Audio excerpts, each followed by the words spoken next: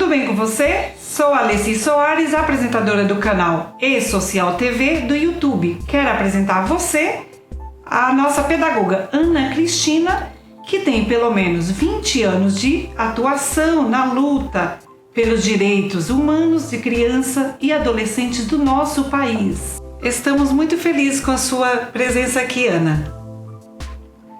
A Ana Cristina é nossa parceira há anos e é responsável pelas eleições de conselheiros tutelares de 2019. E estamos mais uma vez juntos na realização desse importante trabalho. Ana, teremos eleições para conselheiros tutelares esse ano. Inclusive, a E-Social desenvolve a realização desse serviço. Qual a importância das prefeituras investirem na capacitação frequente para conselheiros tutelares e por quê? Quando o município investe na capacitação de conselheiros tutelares, ele garante o quê? Que a política de atendimento a essa modalidade, dentro dessa necessidade dos direitos humanos de crianças e adolescentes, ela seja aprimorada. Um conselheiro, quando ele está capacitado e preparado, ele consegue encaixar a criança em situações positivas. Quando ele desconhece, quando ele não tem preparo, a criança continua em risco, porque se ele não sabe lidar com essa problemática e a criança vem para ele, o que ele vai fazer?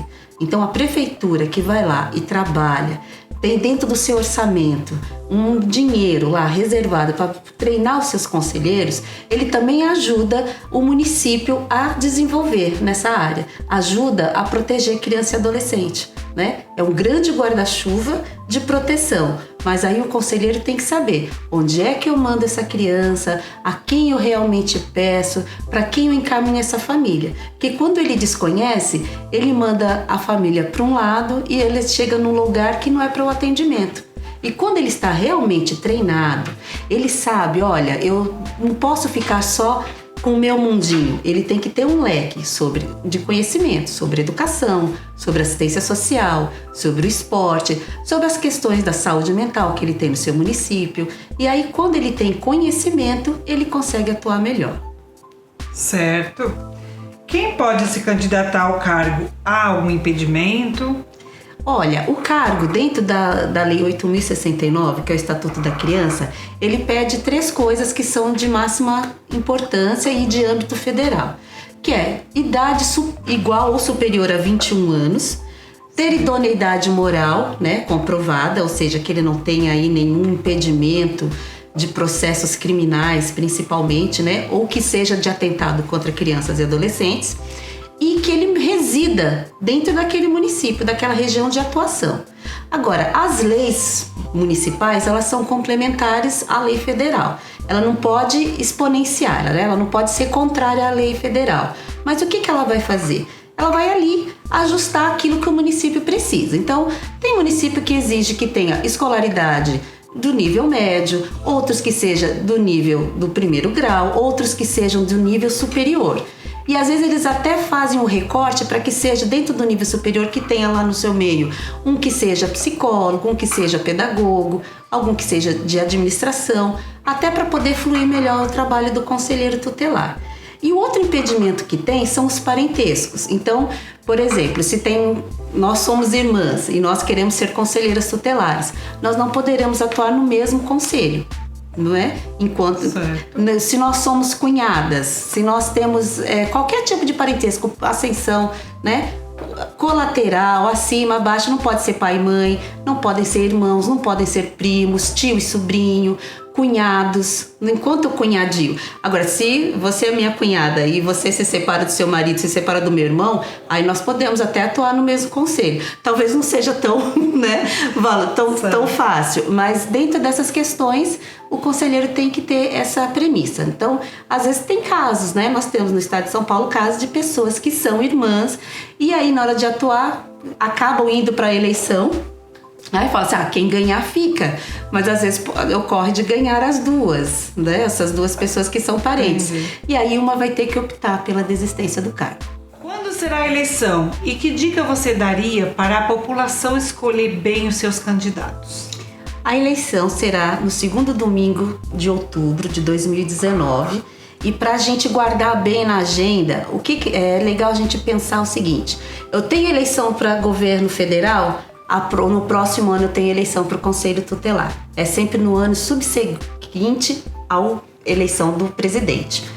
E para a população, eu diria o seguinte: tem muita gente que apoia pessoas, né? Não adianta só gostar de criança. Eu costumo dar o exemplo do Zé da Couve. O Zé da Couve é o cara que vende couve, ele vai na sua porta, você fala assim pra ele: Zé, eu quero uma couve, mas eu não vou usar hoje. Eu vou usar a couve daqui a 4 dias. O Zé vai te fornecer uma ótima couve, porque ele sabe, ele entende muito bem de couve. Mas algumas pessoas percebem que o Zé é muito popular e falam pra ele: olha, vamos ser conselheiro tutelar, você conhece a população, todo mundo gosta de você, né? Mas aí o Zé nem sabe, ele pergunta: Zé, pra que ele vai perguntar assim: mas o que faz um conselheiro? Você gosta de criança, Zé? O Zé: gosta, eu tenho 6 filhos. Mas não é esse gostar, não é? E aí o Zé acaba entrando, o pessoal acaba votando mesmo no Zé, porque ele é popular, ele é legal. E quando ele chega lá no Conselho Tutelar, ele lida com situações de abuso sexual, de violência doméstica, de maus tratos contra a criança. E aí ele se sente assim até... como é que eu posso te dizer?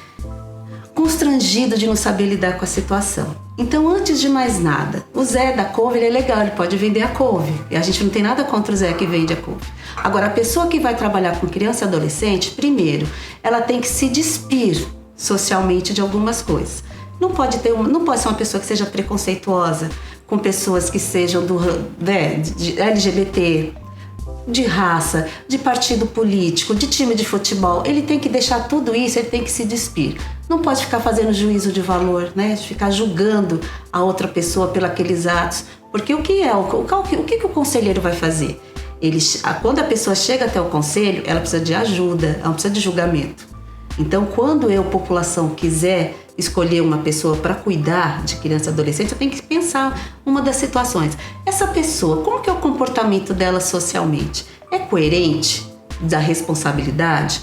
Essa pessoa que, se ela for para o conselho tutelar, ela serve para atender as crianças que eu tenho na minha família? Filho, sobrinho, primo, irmão, serve?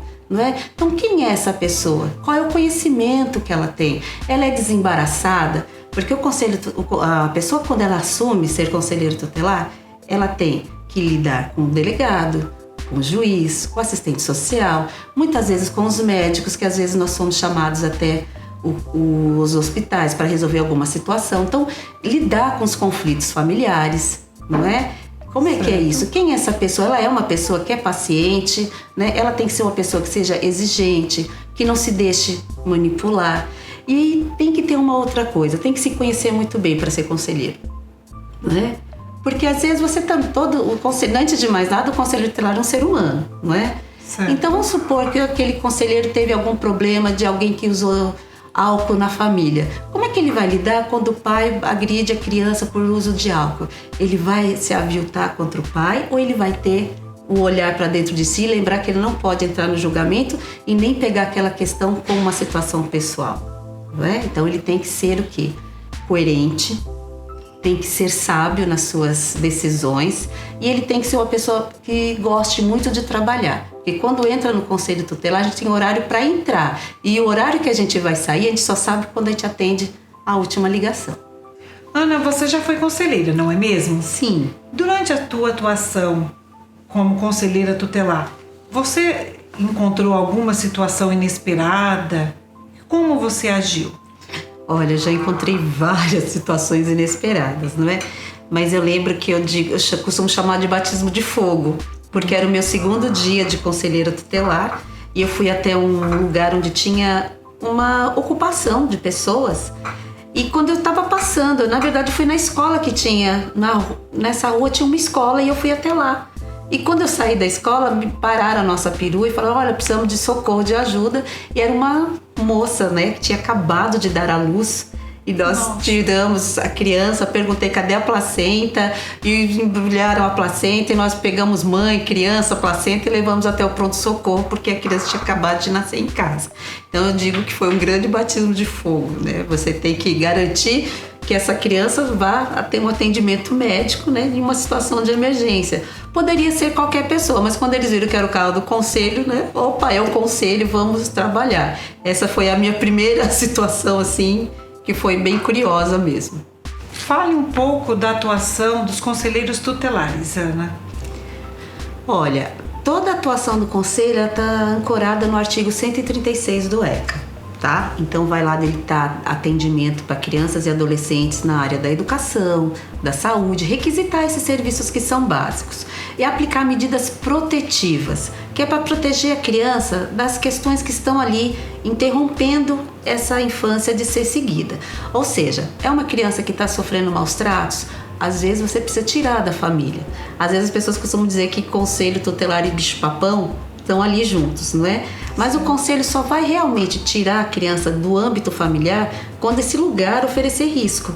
Então o conselho é uma das medidas protetivas, é acolher a criança, colocá-la num serviço de acolhimento institucional para crianças e adolescentes em situações de emergência. Quando a situação ela ainda não é emergente, ou seja, ainda há tempo de estudar, o que o conselho vai atuar? Ele vai acionar essa rede de proteção, que seja o CRAS, o CREAS, a Unidade Básica de Saúde. E quando a gente fala de CRAS, estou falando do serviço que atende assistência social, né? Aquele serviço de referência, aquele centro de referência especial da assistência social e o centro de referência que atende o básico da assistência, para ver se a gente consegue fortalecer essa família para que ela cuide da sua criança ou do seu adolescente.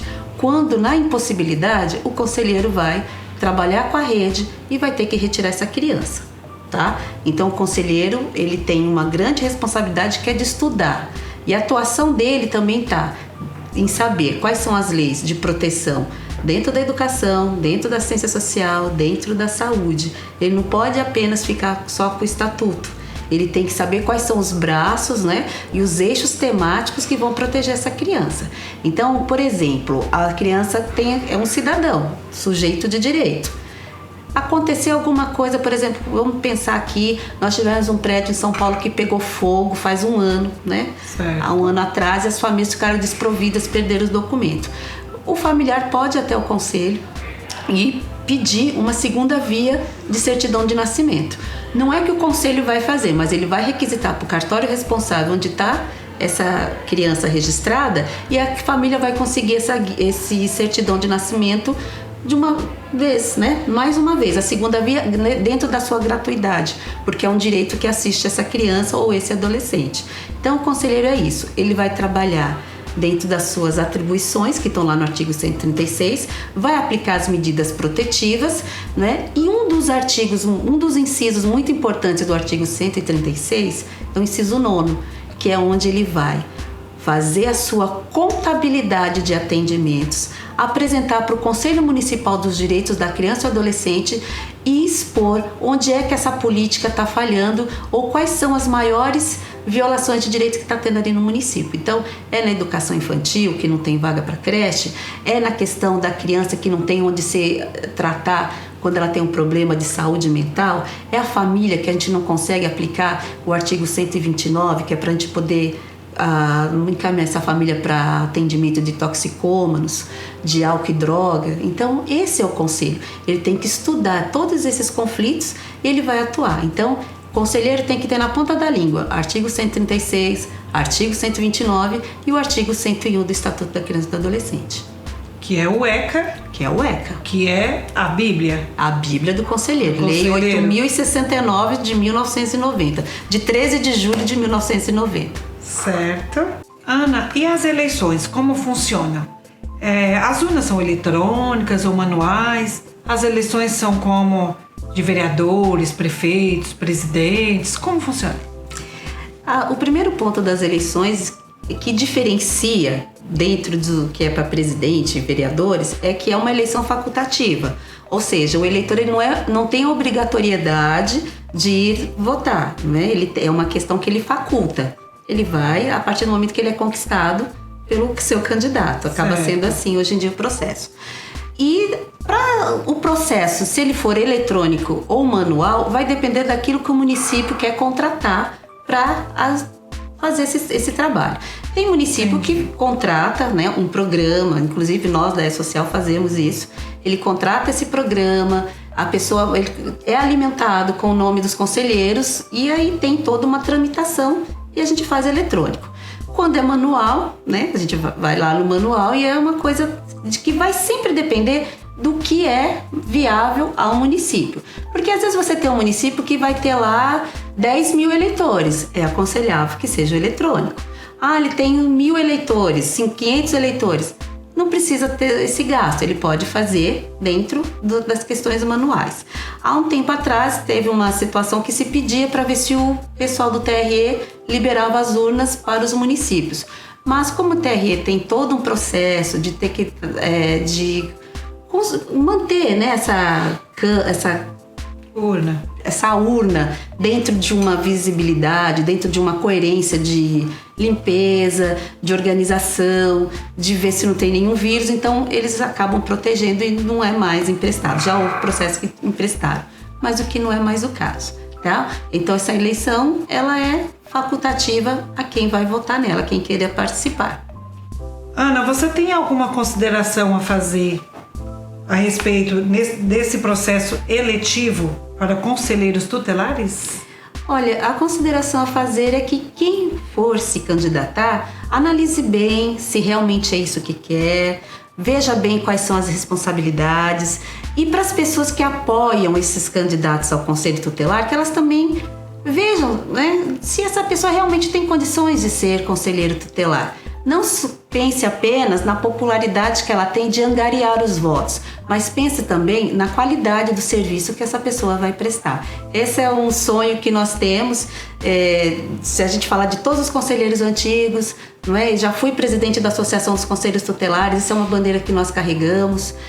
A partir agora, do dia 9 de maio, né, de 2019, os conselheiros têm recondução livre, ou seja, ele pode se eleger quantas vezes ele quiser.